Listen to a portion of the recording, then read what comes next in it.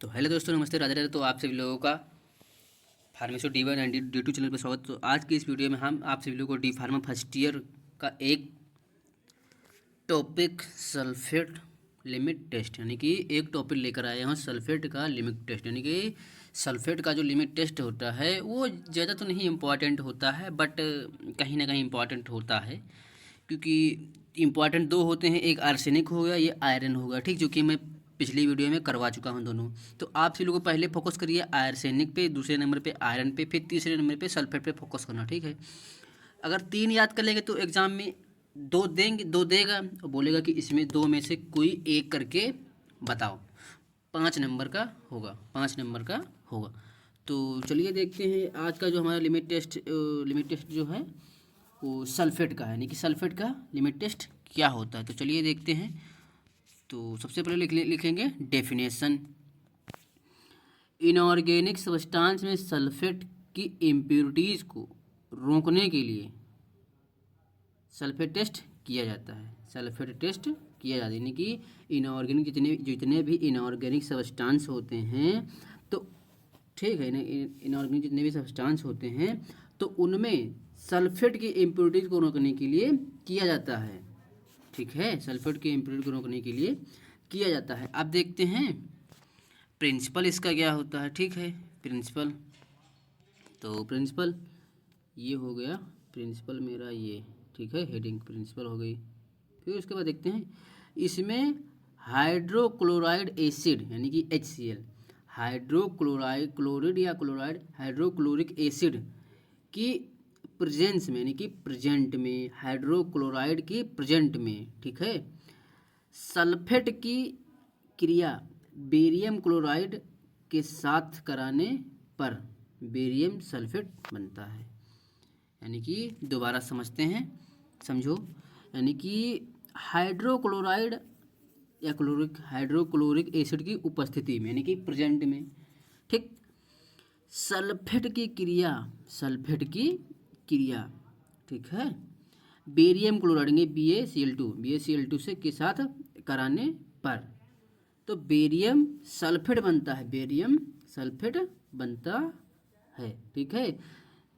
ठीक, ये इसका हो गया प्रिंसिपल, ये इसका हो गया प्रिंसिपल, ठीक। फिर उसके बाद इसका जो है रिएक्शन देख लेते हैं, रिएक्शन कैसे होगा। तो देखिए ये हो गया सल्फेट, ठीक है, ये होगा बेरियम क्लोराइड, ये हो गया HCl, यानी कि इसकी उपस्थिति में। तो देखो सल्फेट ये हो गया, ठीक, बेरियम क्लोराइड ये हो गया, इसकी उपस्थिति में हुआ। किसकी उपस्थिति में होता है सल्फेट? देखो सल्फेट लिमिटेड जो होता है HCl की उपस्थिति में, सॉरी, HCl की उपस्थिति में सल्फेट की अभिक्रिया BaCl2 से कराने पर, यानी कि HCl की उपस्थिति में सल्फेट की क्रिया बेरियम क्लोराइड से कराने पर बेरियम सल्फेट बनता है, बेरियम सल्फेट बनता है, जिसको ही सल्फेट का लिमिट टेस्ट कहते हैं। बस इतनी सी परिभाषा लिख देना प्रिंसिपल में, ठीक। फिर उसके बाद रिएक्शन लिख देना, ठीक। अपना जो फाइनल प्रोडक्ट बनकर क्या तैयार होता है, फाइनल प्रोडक्ट ये होता है बेरियम सल्फेट, ठीक है। फिर उसके बाद देख लेते हैं इसका जो होता है उसको क्या बोलते हैं, प्रोसीजर। फिर हेडिंग डालेंगे प्रोसीजर। भाई इसका प्रोसीजर क्या होता है, तो इसको प्रोसीजर चलिए देख लेते हैं। ये हो गया प्रोसीजर, ये सॉरी ये हो गया प्रोसीजर। तो एक तरफ लिखेंगे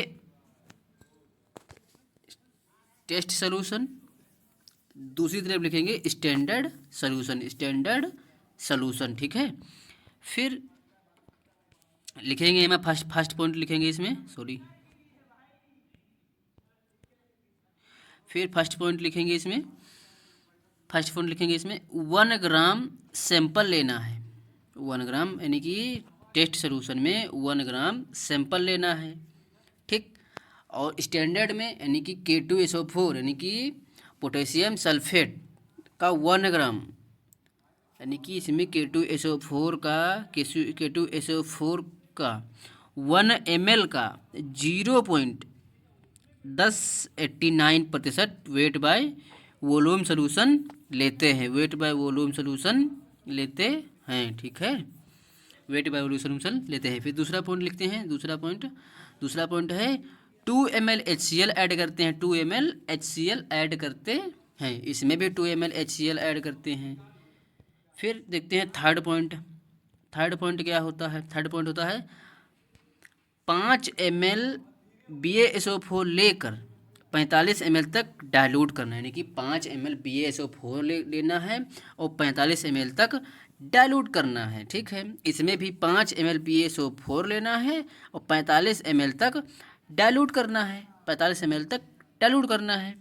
फिर उसके बाद 4 नंबर 5 मिनट तक रखते हैं। फिर हम टेस्ट सोल्यूशन को 5 मिनट तक रखते हैं। फिर स्टैंडर्ड सोल्यूशन को भी 5 मिनट तक रखते हैं, स्टैंडर्ड सोल्यूशन को भी 5 मिनट तक रखते हैं। फिर स्टैंडर्ड की टेम्परेचर चेक करते हैं और टेस्ट की टेम्परेचर चेक करते हैं। टेस्ट ये है, स्टैंडर्ड ये है।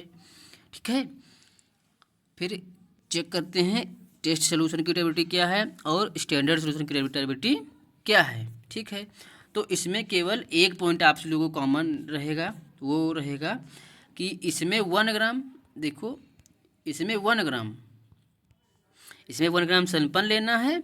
ठीक, और इसमें K2SO4 का 1 ml का, यानी कि K2SO4 एसिड का 1 ml का 0.10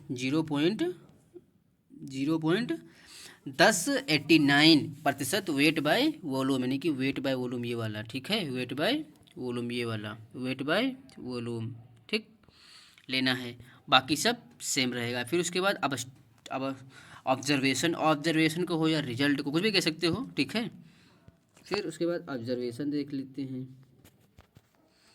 तो देखते हैं क्या होता है ऑब्जर्वेशन भाई। ये टेस्ट सोल्यूशन की टर्बिडिटी, यानी कि जो हमारा टेस्ट सोल्यूशन है वो जो बनकर रेडी हुआ है, तो यदि टेस्ट सोल्यूशन की टर्बिडिटी स्टैंडर्ड सोल्यूशन की टर्बिडिटी से कम है तो टेस्ट पास हो जाएगा। यानी कि यदि टेस्ट सोल्यूशन की टर्बिडिटी स्टैंडर्ड सोल्यूशन से कम है, ठीक है, तो हमारा टेस्ट पास कर दिया जाएगा। देखिए इसकी टर्बिडिटी इससे कम होनी चाहिए। ठीक है, इससे कम होनी चाहिए।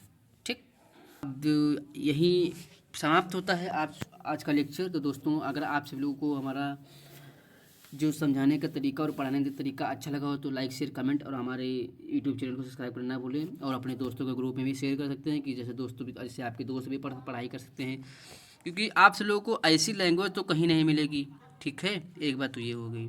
और अगर आप सब लोगों को अच्छी लगी तो लाइक शेयर कमेंट हमारे यूट्यूब चैनल को सब्सक्राइब करना बिल्कुल ना भूलें। अगर इसका नोट चाहिए तो यूट्यूब चैनल की लिंक डिस्क्रिप्शन में प्रोवाइड की गई है और टेलीग्राम चैनल की लिंक डिस्क्रिप्शन में प्रोवाइड की गई, जहाँ से हमारे दोनों चैनल को आप सभी लोग ज्वाइन कर सकते हैं फ्री में PDF पाने के लिए। ठीक, तो आज के लिए इतना ही। तब तक के लिए लव यू, बाय बाय। तब तक के लिए आप अपने स्टडी को कंटिन्यू रख